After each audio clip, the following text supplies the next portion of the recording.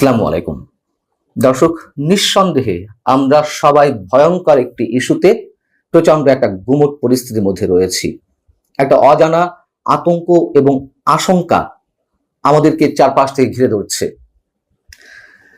জাতিসংঘের তত্ত্বাবধানে এরই মধ্যে রাখাইনের উদ্দেশ্যে বাংলাদেশের মধ্য দিয়ে করিডোর দেওয়ার কোনো বিশেষ চুক্তি হয়ে গেছে কিনা তা নিয়ে সন্দেহ প্রকট আরো বেশি করে হচ্ছে। এই কারণে এমন গুরুত্বপূর্ণ জাতীয় ইস্যুতে সরকারের দায়িত্বশীল বিভিন্ন পর্যায় থেকে যে পরস্পর বিরোধী বক্তব্য আমাদের সামনে উপস্থাপিত হচ্ছে, তাতে আমরা গোলকধাঁধার মধ্যে পড়েছি এবং সন্দেহগুলো প্রকট হচ্ছে।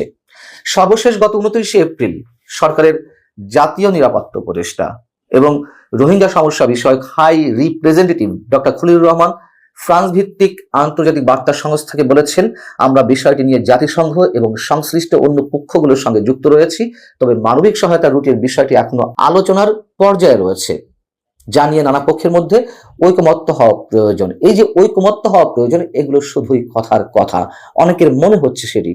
যেহেতু তিনি বলছেন আলোচনার মধ্যে রয়েছে, অর্থাৎ আলোচনা চলছে, অথচ এর আগে বার্তা সংস্থা ইউএনবি কে দেওয়া এক সাক্ষাৎকারে প্রধান উপদেষ্টা প্রেস সচিব শফিকুল আলম বললেন যে, আমরা স্পষ্টভাবে জানাতে চাই যে সরকার তথাকথিত মানবিক করিডোর নিয়ে জাতিসংঘ বা অন্য কোনো সংস্থার সঙ্গে আলোচনা করেনি।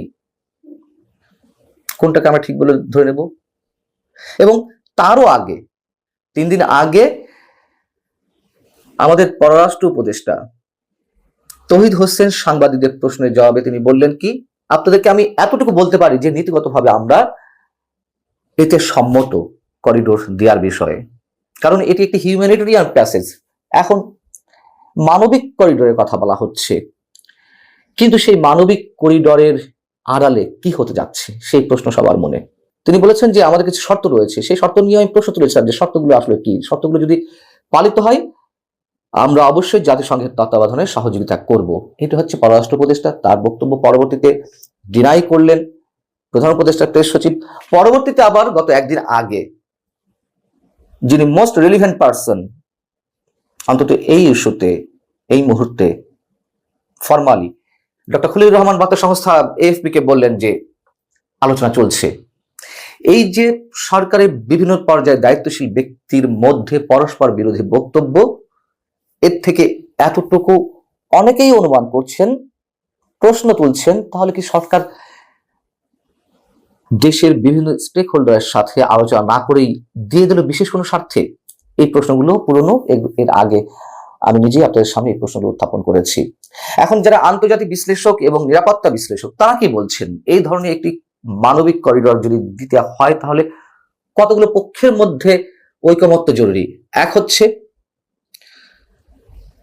মিয়ানমারের যে করিডোর দেওয়া হবে রাখাইনের উদ্দেশ্যে সেই দেশের সরকার, দ্বিতীয়ত যেই দেশ করিডোর দিচ্ছে বাংলাদেশ, তৃতীয়ত জাতিসংঘ, চতুর্থত যেহেতু সেখানে সংঘর্ষরত অবস্থা, যুদ্ধরত অবস্থা রয়েছে মিয়ানমার, এবং যেখান থেকে করিডোরটা দেওয়া হবে রাখাইনের উদ্দেশ্যে সেই রাখাইন বা আরাকান রাজ্য যারা দখল করে বসে আছে, আরাকান আর্মি, তাদের সম্মতিও প্রয়োজন। তাহলে এই 4 পক্ষের মধ্যে যদি একটি পক্ষ ভিন্ন মত পোষণ করে তাহলে আন্তর্জাতিক যে নিয়ম বা বিধি অনুসারে এটি কোনো মতেই এই করিডোর দেওয়া যায় না।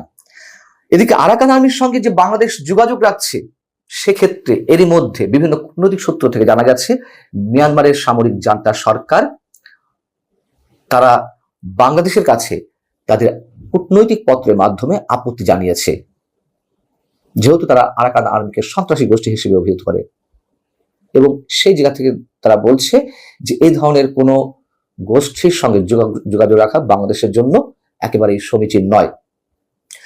জাতিসংঘ বলছে আবার যে করিডোর সিদ্ধান্তের জন্য অবশ্যই মিয়ানমার সরকারের সম্মতির প্রয়োজন রয়েছে। এদিকে জাতিসংঘ যুক্তরাষ্ট্রের হয়ে বাংলাদেশের উপর চাপ দিচ্ছে। তাহলে বিষয়টি কি দাঁড়াচ্ছে? তার মানে কি আমরা ধরে নেব জাতিসংঘ আসলে খুব নিরপেক্ষ ভূমিকা পালন করছে,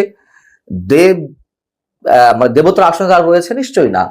প্রশ্ন হচ্ছে যে জাতিসংঘ সেই মিয়ানমারের সরকারের কথা এখানে তুলে ধরছে যে সেই দেশের সরকারের সম্মতির প্রয়োজন রয়েছে, কিন্তু সরকার আসলে কোনটি?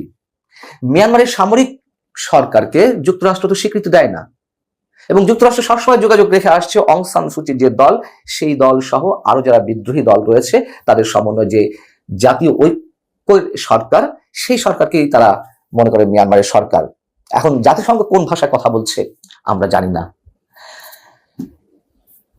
এবং সবচেয়ে গুরুতর প্রশ্ন এর মধ্যে আরেকটি যেটা দাঁড়িয়েছে, যে এরই মধ্যে নাকি সেনাবাহিনীর 3টি ডিভিশন এই প্রক্রিয়ার সঙ্গে কাজ করছে, সেখানে করিডোরের জন্য একটা প্যাসেজ তৈরি করা, বা সেখানে আবার শোনা যাচ্ছে বিজিবির কোন এক কর্মকর্তাকে সেখানে দায়িত্ব দেওয়া হয়েছে সেনাবাহিনীর পক্ষ থেকে। এরকম অনেক কথা হাওয়ায় ভেসে বেড়াচ্ছে। সেনাবাহিনী কেন এটি পরিষ্কার করছে না যে তারা আসলে কোন অবস্থায় রয়েছে? কেন আমাদের সেনাপ্রধান জেনারেল ওয়াকরুজ্জামান মুখ খুলছেন না? যদি ভালো হয়ে থাকে এটি দেশের জন্য, তিনি মুখ খুলুক। আমি এই জন্য তার বিষয়টিকে খুব গুরুত্বের সঙ্গে নিতে চাই যে এখনো পর্যন্ত বাংলাদেশের 90% মানুষের আস্থা, বিশ্বাস সেনাবাহিনীর উপরে, যে তারা কোনোভাবেই দেশ বিরোধী, রাষ্ট্রবিরোধী কোনো কর্মকাণ্ডের সঙ্গে যুক্ত হতে পারে না। যদি তারা কোনোভাবে যুক্ত হয়ে থাকে, মানুষ অনেক কষ্ট হলেও ধরে নেওয়ার চেষ্টা করবে না, না এটি নিশ্চয়ই দেশের স্বার্থে। আর দেশের স্বার্থে এখানে কি আমরা জানি না। রোহিঙ্গাদেরকে ফিরিয়ে নেওয়ার কথা বলেছে, যেখানে আরাকান আর্মির অত্যাচারে এখনো সেখানকার রোহিঙ্গারা প্রতিনিয়ত শত শত হাজার হাজার রোহিঙ্গা তারা দল বেঁধে বাংলাদেশে প্রবেশ করছে, এবং গত 1 বছরে 1 লাখেরও বেশি রোহিঙ্গা বাংলাদেশে প্রবেশ করেছে। কেন তাহলে সেনা প্রধান মুখ খুলছে না? আসলে বিষয়টি কি? সেনা বাহিনী যদি এর সঙ্গে যুক্ত না হয়ে থাকে, আমি আগেই বলেছি যে একটি সিদ্ধান্ত নেওয়া হলে সেনাবাহিনীকে বিতর্কের মুখে ফেলা হবে। দেশের সংখ্যাগরিষ্ঠ মানুষ এই সরকার যদি এই সিদ্ধান্ত নেয় সেটির বিরুদ্ধে দাঁড়াবে এবং সেনাবাহিনীকেও প্রশ্নের মুখে ফেলবে। আমি আবারও বলি, যদি সত্যি এটি দেশের জন্য মঙ্গল হয় তাহলে সেনাবাহিনী দায়িত্ব নেই। এই সরকারের উপরে তো নিশ্চয় মানুষ আস্থা রাখবে না এত বড় একটা ন্যাশনাল ইস্যুতে সিদ্ধান্ত গ্রহণ প্রক্রিয়ায়। এই সরকার তো নির্বাচিত সরকার নয়, তাদের কোন রকমের এখতিয়ার নেই এই ধরনের কোনো সিদ্ধান্ত নেওয়ার। আরো মজার বিষয় হচ্ছে, মজা এবং যেটি আমাদের রহস্যজনক, রাজনৈতিক দলগুলো এখনো কেন চুপ রয়েছে? বিএনপি জামাতের পক্ষ থেকে ব্যাখ্যা দাবি করা হয়েছে, যদিও বিএনপি পক্ষ থেকে বলা হয়েছে যে এই সিদ্ধান্ত নেওয়া হলে বাংলাদেশ গাজায় রূপান্তরিত হবে। গাজা যুদ্ধা অবস্থার মধ্যে পড়ে যেভাবে তার সর্বশান্ত হয়ে গেছে, বাংলাদেশের সে অবস্থা দাঁড়াবে। তাহলে কেন শুধুমাত্র একটা ব্যাখ্যা দাবি করে একটা বক্তব্য দিয়ে বিএনপির মতো রাজনৈতিক শক্তি চুপচাপ বসে আছে? সিপিবি একটি বিবৃতি দিয়েছে, সিপিবি প্রতিবাদ জানিয়েছে, আরো কয়েকটি রাজনৈতিক প্রতিষ্ঠান তারা প্রতিবাদ জানিয়েছে।